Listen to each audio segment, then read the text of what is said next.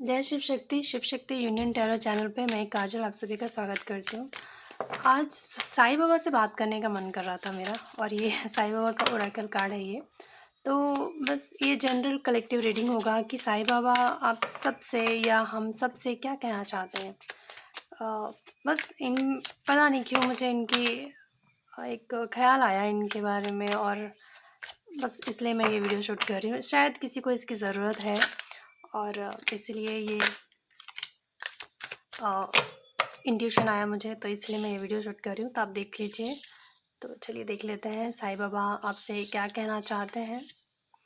यहाँ पे लगता है कोई है जो माँ दुर्गा का भी पूजा करता है, माँ दुर्गा में भरोसा रखता है या माता के किसी भी रूप में आपकी श्रद्धा हो सकती है। और मैं एक दो कार्ड निकाल लेती हूँ, फिर आपको समझाऊंगी कि साईं बाबा के क्या मैसेजेस हैं आपके लिए। चलिए देख लेते हैं।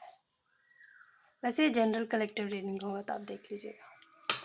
सबसे पहले मैं इस कार्ड को पढ़ना चाहूँगी जो कि मुझे बहुत ही सुकून देने वाला कार्ड लगता है कि जीवन में चाहे कितनी भी तकलीफ़ें क्यों ना हो, लेकिन जब कोई ईश्वर या फिर हमारे गुरु कोई ऐसा होता है ना जीवन में जो ये कहे कि मैं हूँ ना तेरे साथ, तो ऐसा लगता है कि आधा तकलीफ़ वहीं ख़त्म हो जाती है। और साईं बाबा जब हमें ये कह रहे हैं कि आप अकेले नहीं हैं, मैं सदा आपके साथ हूँ, हर स्थिति में साथ हूँ, इससे बढ़कर और मुझे लगता है कि कुछ नहीं हो सकता है। तो साईं बाबा कह रहे हैं कि आप अभी जिस भी सिचुएशन में हैं, तो आप परेशान मत होइए क्योंकि वो आपके साथ है हमेशा। और पीड़ा पीड़ा से गुजरकर ही महानतम महानतम आत्माएं अधिक उन्नत होती हैं। तो साईं बाबा कहना चाहते हैं कि जब तक इंसान के जीवन में तकलीफ़ें नहीं आती है, तो आप अपने अंदर की जो क्षमता होती है, जो स्ट्रेंथ होता है, जो वो कैसे पता चलेगा? जब तक आपके जीवन में कोई तकलीफ़ नहीं आएगा, तो फिर आप उससे जब लड़ोगे तब आपको समझ में आएगा कि आपके अंदर इतनी शक्तियाँ हैं। तो जो आत्माएँ होती हैं वो कहीं न कहीं यहाँ पे एक्सपीरियंस करने आती हैं, अपने आप को चैलेंज करने आती हैं। जो आत्मा होती है, जो सोल है, वो अपने आप को चैलेंज करने आता है। अपने आप को एक देखना चाहता है कि उसके अंदर कितनी क्षमता है, वो इतने जन्म लेता है तो उसने क्या-क्या सीखा है और किस तरह की परिस्थिति में वो खुद को किस तरीके से उसको उस परिस्थिति से मतलब बाहर निकलता है या उससे उसको फेस करता है। तो ये कहना चाहते हैं साईं बाबा कि अगर जीवन में कुछ ऐसी परिस्थितियाँ आ रही है जहाँ पे आपको लगता है कि आप बहुत अकेले पड़ गए हो या फिर आपको लगता है कि बहुत बहुत बड़ी-बड़ी मुश्किलें आपके जीवन में आ रही है, तो वो ये कहना चाह रहे हैं कि ये मुश्किलें अगर नहीं आएगी, आप कैसे जान पाओगे कि आपके अंदर कितनी काबिलियत है, आपके अंदर कितनी आप मैं एक एग्ज़ाम्पल देना चाहती हूँ। पता नहीं क्यों मुझे अभी याद आ गया कि मैं एक लेडी को जानती हूँ जो कि बहुत ही इनोसेंट कहूँगी मैं, उसको दुनियादारी के बारे में कुछ भी पता नहीं था। वो एक विलेज से आई हुई थी।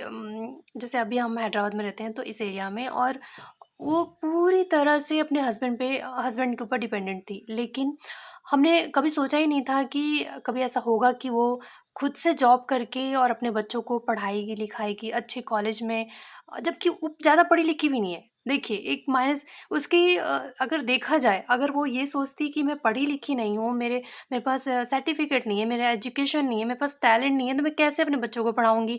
उसकी जगह कोई और होता तो ऐसे ही रोने-धोने बैठ जाता और मतलब ये सोचता है कि मेरे से नहीं हो पाएगा। लेकिन उस लेडी ने उसके हस्बैंड बहुत ही यंग एज में चले गए और इस दुनिया से। उसके बाद उसका किसी का सहारा नहीं था उसका इस दुनिया में, ना माँ-बाप का, ना ही सास-ससुर का, क्योंकि सास-ससुर भी इतने काबिल नहीं थे कि उनके बच्चों को पढ़ा-लिखा सकें या उनका ख़्याल रख सकें, क्योंकि उनका भी एज हो चुका था। तो फिर लेकिन उस लेडी ने खुद के बलबूते पे छोटे-छोटे काम करके ही अपने बच्चे को पढ़ा-लिखा रही है, बहुत ही अच्छे तरीके से पाल रही है।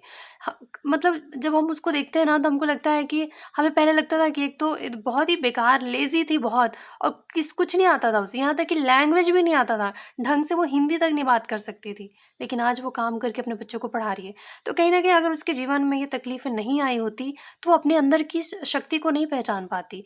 तो यही कहना चाहते हैं साईं बाबा कि अगर आपके साथ कुछ भी ऐसा होता है ना, तो आप एक चीज़ याद रखिए कि आपके आपके अंदर जो शक्तियाँ हैं ना, उसकी परीक्षा हो रही है, उसको बाहर निकाला जा रहा है। आपके अंदर की ताकत को, शक्ति को, आपके पेशेंस को, आपके अंदर के टैलेंट को बाहर निकाला जाता है। तो आप बिल्कुल मत घबराइए, आप बिल्कुल अकेले नहीं हैं, वो आपके साथ हैं हमेशा। और वो कहना चाहते हैं कि अपनी स्मृतियाँ, परेशानियों को और चिंताओं को छाँटे, निर्मल कीजिए, शुद्ध कीजिए। और कहीं न कहीं क्या होता है कि अगर मान लीजिए कि मैं आज उसी लेडी का एग्ज़ाम्पल देना चाहूँगी, क्योंकि मैं सच में बहुत उस देखकर बहुत ज़्यादा ही मैं खुश भी हूँ कि और शॉक्ड भी हूँ कि वो इतना कर सकती है। तो मैं ये कहना चाहती हूँ कि यहाँ पे साहिबा आपको ये कहना चाहते हैं, अपनी जो आपकी जो चिंताएँ हैं ना, पहले आप ये देखिए कि आपके चिंता किस चीज़ पे आप चिंता कर रहे हो? प्रॉब्लम्स क्या हैं आपके जीवन के? पहले उसको छाँटिए कि प्रॉब्लम से आपको क्या प्रॉब्लम लग रहा है? और क्या है जिसको आप सॉल्व नहीं कर सकते हो? कहते हैं ना कि भगवान कोई भी बीमारी देने से पहले उसका इलाज दे देते हैं। तो कोई भी प्रॉब्लम्स के पहले सॉल्यूशन आया हुआ है। जैसे कि आप भगवद गीता जानते ही हैं कि आज हम भगवद गीता पढ़ रहे हैं, लेकिन कृष्ण जी कब का हमें लिख के वो दे के गए हैं कि जीवन को कैसे जीना है। हर एक प्रॉब्लम का सॉल्यूशन उसमें रहता है। तो वैसे ही कि हर प्रॉब्लम का सॉल्यूशन पहले ही आ चुका है, तो हमें वो कहना चाहते हैं पहले जान तो लो कि प्रॉब्लम है भी या नहीं, या बस ऐसे ही परेशान हो रहे हो कि ये प्रॉब्लम है। तो अगर पहले वो क्लियर कीजिए, और जो लगता है कि नहीं बेकार में आप सोच रहे हो उसको कट करिए, निकालिए उसे अपने जीवन से, कैंसल कीजिए, क्लियर कीजिए जो चीज़ें आपको सर्व नहीं करती।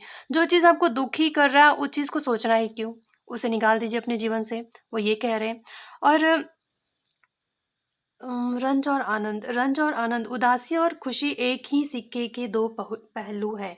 वो ये कहना चाहते हैं साईं बाबा कि अगर आज खुशी है तो कल गम तो आएगा ही आएगा। आज अगर गम है तो कल खुशी भी आएगा।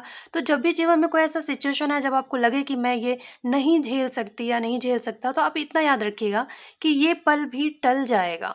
जैसे खुशी नहीं रही हमेशा, तो गम भी नहीं रहेगा हमेशा। इसको भी जाना ही है।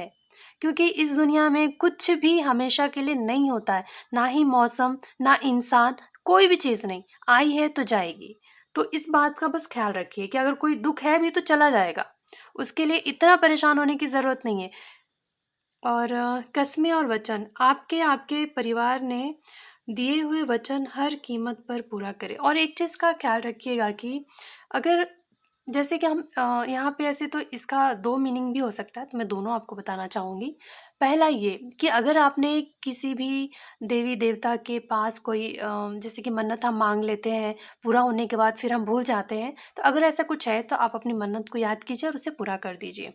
और दूसरा ये कि हम एक सोल जो है ना, जब हम धरती पे आते हैं, उसके पहले हम कुछ कमिटमेंट करते हैं कि हम इस धरती पे जाएँगे और ये सब सीखेंगे। ये सारी प्रॉब्लम्स हमें दीजिए ताकि हम इसको कैसे झेला जाता है, मैं अपने आप को और स्ट्रॉन्ग बनाना चाहता हूँ। लोग क्यों खतरों के खिलाड़ी में जाते हैं? उनके फ़ियर्स को ओवरकम करने के लिए। कीड़े-मकोड़े, साँप क्या-क्या रहता है, उन सब के बीच में उनको बिठाया जाता है, लिटाया जाता है, तो कहीं न कहीं उनके डर को दूर करने के लिए। तो वैसे ही हम इस धरती पे भी आए हैं, अपने अंदर के डर को दूर करने के लिए।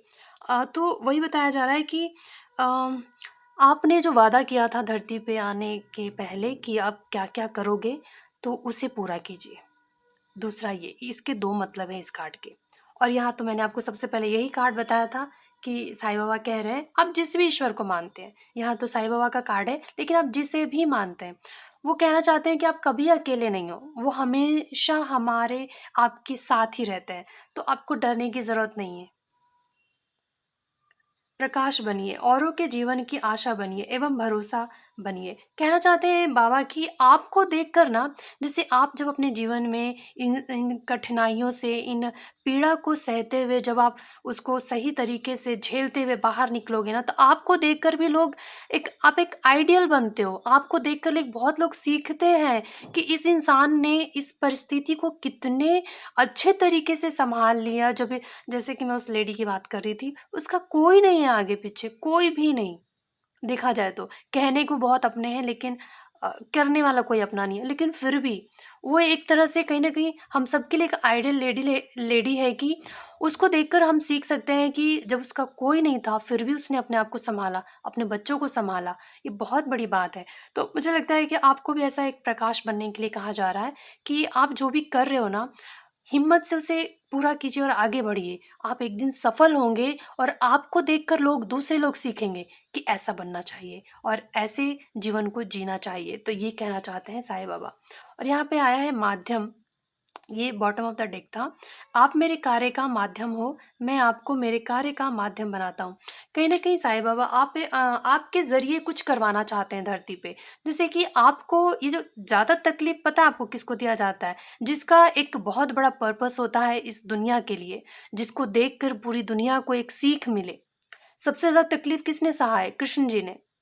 पैदा हुए जब से उनको तकलीफ़ें तकलीफ़ें उन्होंने सहा है, ताकि उनको देख के समाज सीख सके, दुनिया सीख सके कि कैसे जीवन को जिया जाता है, ऐसी परिस्थिति में कैसे उसको डील किया जाता है, कैसे उस सिचुएशन को डील किया जाता है।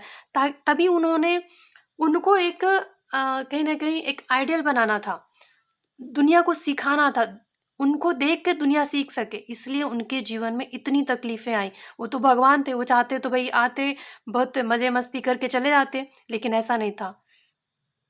जन्म से ही उनको तकलीफ़ें थी, जन्म होते ही माँ से बिछड़ गए, माँ-बाप से, दूसरों ने पाला, फिर जिससे प्यार किया उससे दूर हो गए, फिर उनको कुछ जो उनका लाइफ़ पर्पस था, उसके बारे में उनको पता चला, फिर उन्होंने अपने लाइफ़ पर्पस को पूरा किया। क्या-क्या किया है हमारे समाज के बारे में, उतना तो जानना ही बहुत बड़ी बात हो जाएगी जब आप कृष्ण जी के बारे में पढ़ेंगे। तो मतलब आप भी कहीं न कहीं ईश्वर के एक माध्यम हो, आपको इस समाज में, इस दुनिया के में इसलिए भेजा गया है, आपको ये तकलीफ़ें इसलिए दी जा रही है, ताकि आप जब इन तकलीफ़ों से उभर कर जब कामयाबी पाओगे ना, तो आपको देखकर लोग सीखेंगे कि ऐसा बनना चाहिए, ऐसे करना चाहिए। और एक द यहाँ पे कार्ड है भरोसा। और धैर्य रखिए, धीरज रखिए, आपके पास उत्तर ना हो, तब भी इंतज़ार कीजिए और भरोसा रखिए। बाबा कहना चाहते हैं कि बेशक से अभी आपको समझ में नहीं आ रहा होगा कि कहाँ जा रही है ज़िंदगी, कोई रास्ता नहीं समझ आ रहा है, या फिर आपको लगता होगा कि अब बस, अब नहीं हो पाएगा। तो वो कहते हैं कि जब हमारे पास इस चीज़ का जवाब जब हमारे पास जवाब नहीं होता है ना कि आगे क्या होगा, तभी भी आपको भरोसा रखना चाहिए। क्योंकि जिसने भेजा है धरती पे उसने तो ज़रूर ही सोचा होगा। बेशक हम ना सोचें, उन्होंने जो भेजा है हमको, बेकार में वो किसी को नहीं भेजते हैं। किसी न किसी वजह से ही भेजते हैं। कुछ अच्छे लोगों को भी भेजते हैं ताकि उसको देख के लोग अच्छाई सीखें, कुछ बुरों को भी भेजते हैं ताकि उसको देख के लोग बोले कि ऐसे बुरा नहीं बनना चाहिए। तो जो भी भेजते हैं वो किसी न किसी वजह से भेजते हैं। तो इतना भरोसा रखिए और बस आगे बढ़ते जाइए अपने जीवन में, जो भी तकलीफ़ें आ रही हैं, पहले उसको देखिए कि क्या वो तकलीफ़ें उतनी बड़ी है जितना आपको लग रहा है? क्या उस चीज़ को इग्नोर करके या फिर उसे साइड रखा जा सकता है? खुश रहा जा सकता है उन तकलीफ़ों में भी? ये देखिए और बस आगे बढ़िए। फिर आपको आगे बढ़ने से कोई नहीं रोक पाएगा। आपको वो चीज़ें ज़रूर मिलेंगी जिस पे आप मेहनत कर रहे हैं।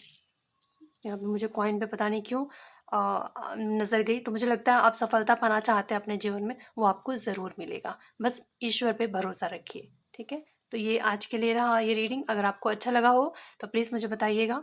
और चलिए अब मैं मिलूँगी आपसे अगले वीडियो में, तब तक के लिए जय शिव शक्ति, जय साईं बाबा, जय भोलेनाथ, हर हर महादेव।